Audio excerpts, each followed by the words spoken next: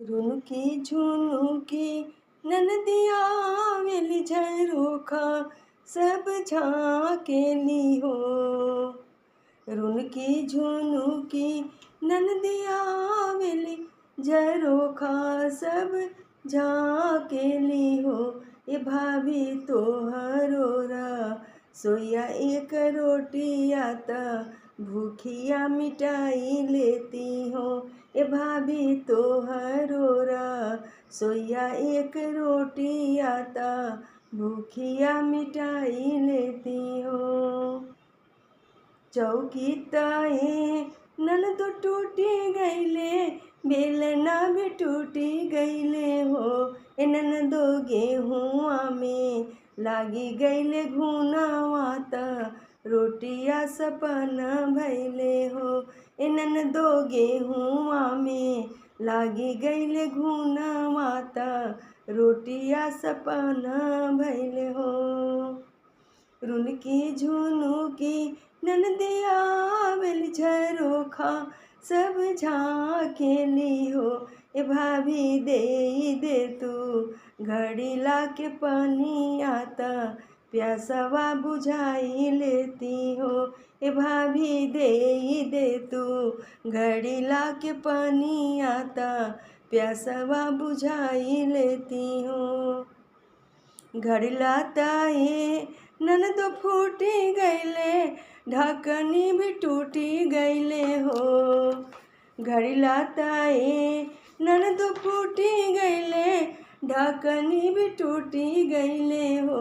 ए ननदो कुआवा जे गईले सुखाई ता पनिया सपना भैले हो। ए ननदो कुआवा ता गईले सुखाई ता पनिया सपना भैले हो।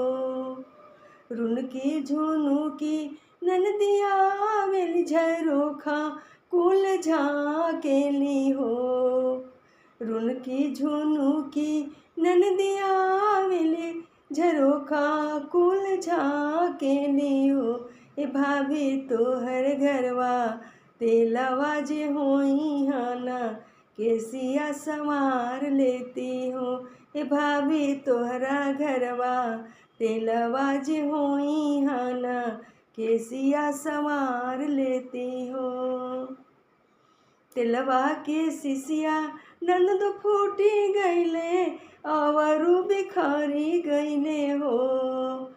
तेलवा के सिसिया ननदो फूटी गईले अवरु बिखरी गईले हो। ए ननदो सरसो जे भैले महंगता तेलवा सपना भैले हो। ए ननदो सरसो जे भैले महंगता तेलवा सपना भैले हो।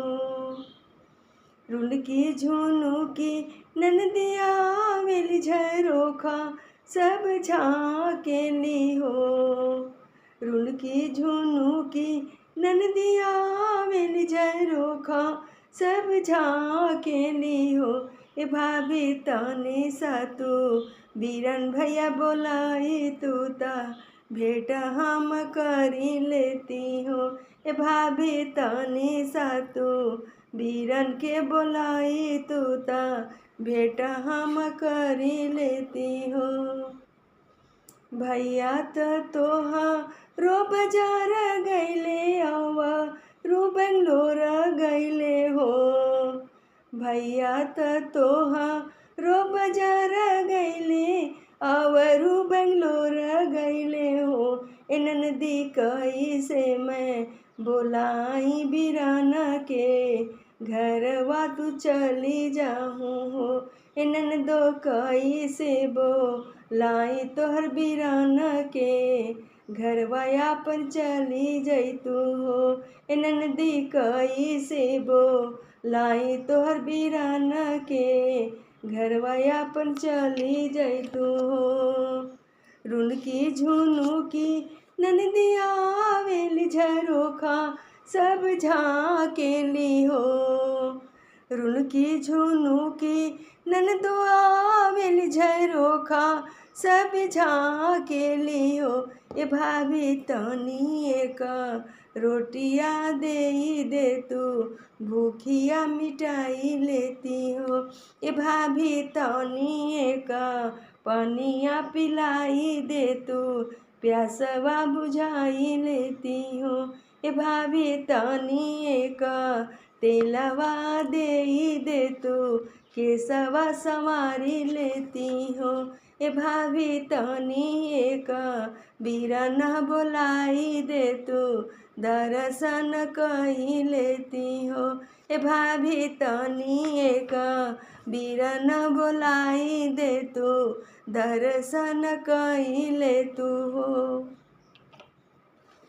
ये सब गाना नोक झोंक भाभी ननद के बीच की है। और भाभी को जब बच्चा होता है तो ननद आती है काजल करने के लिए, तो भाभी ये चाहती है कि नेग न देना पड़े, इसलिए कुछ न कुछ बहाना करती हैं ताकि ननद अपने घर चली जाए। लेकिन ननद को तो भाई मायके से ममता है, कोई भी बेटी अपने मायके से लगाव होती है, दुनियाचारी है। वो चाह रही किसी तरह भाभी घर के अंदर घुस जाए, लेकिन भाभी घुसने नहीं दे रही है। यही है गीत से, आप लोग बुरा नहीं मानिएगा। नमस्कार। ये नोक झोंक चलता है, गीतों में भी चलता है और पारंपरिक व्यवहार भी चलता है, इसलिए नमस्कार। कभी आप लोग बुरा नहीं मानिएगा बेटी बहू।